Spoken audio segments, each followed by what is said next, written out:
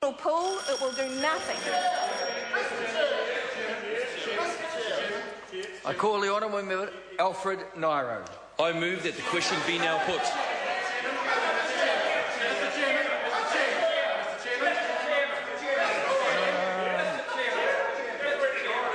I call the honourable member Chris Farfoe.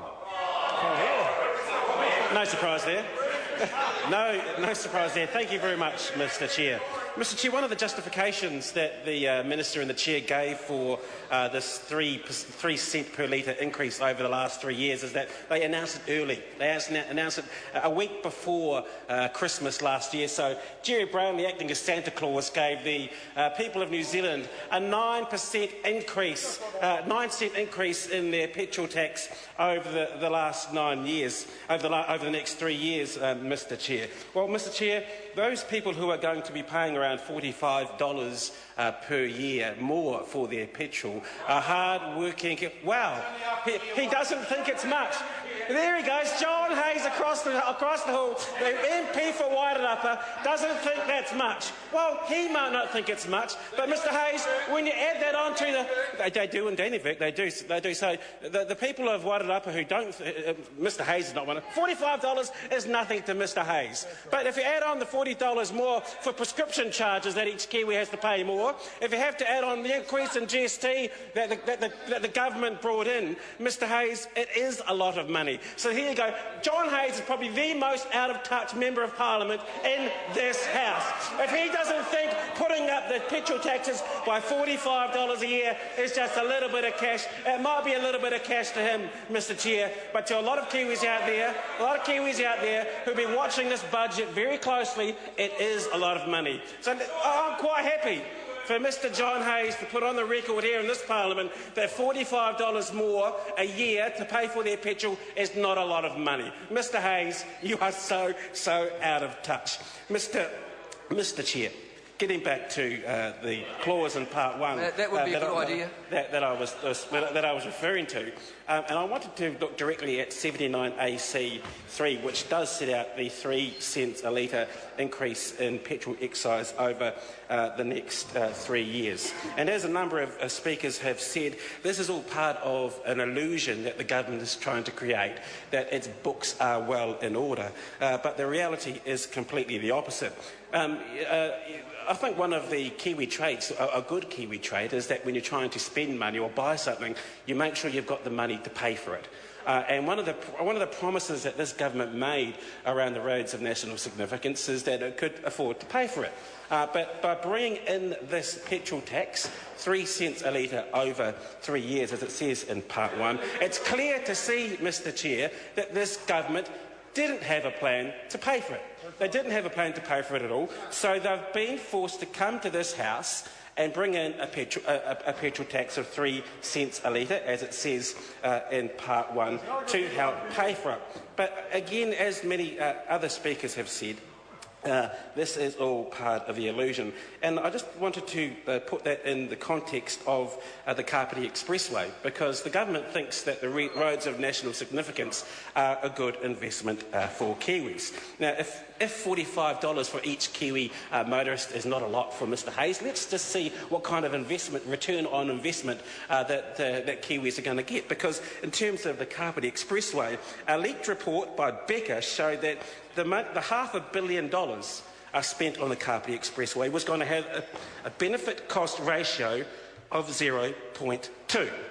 0.2. So for every dollar spent, the economic benefit to New Zealand is 20 cents. 20 cents. That's not a lot of money to Mr. Hayes. 20 cents is not. That's a drop in the bucket to Mr. Hayes. But that shows just how stupid some of these roads of national significance are. If the national government thinks that spending $1 on a motorway and getting 20 cents back for it is a good investment, well, I hope that quite a few people at home are watching this debate, because that is a complete dog of an investment. So, Mr. Chair, going back to that 3 cents a litre increase, Mr. Chair, And back to the Kapiti Expressway, how much money are we talking about? Well, we're talking about $515 million. Now, I think that even Mr Hayes would agree that that's quite a lot of money.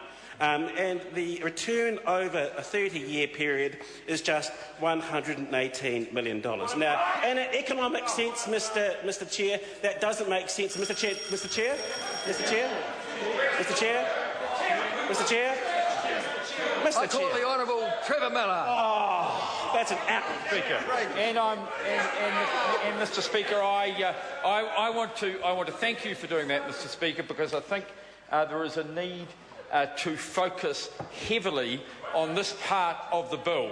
I think it's fair to say it would be important to focus even more heavily on the next part of the bill as well, because that's the grubby bit where they give even more money that they're taking off hard-working, hard-tax New Zealanders back to their mates. That's in the next part, and I will get on to that after we've had the division. After we've had the division on this one. But, Mr. Speaker, I cannot go any further talking about this part of the bill without absolutely refuting the comments made by way of interjection by the person who purports to represent the Wairarapa in this electorate. Mr. Speaker, I am stimulated by that comment to go to Danny Burke on Monday and tell them that he thinks that $45 extra tax for the average person, the average motorist in the Wairarapa is nothing.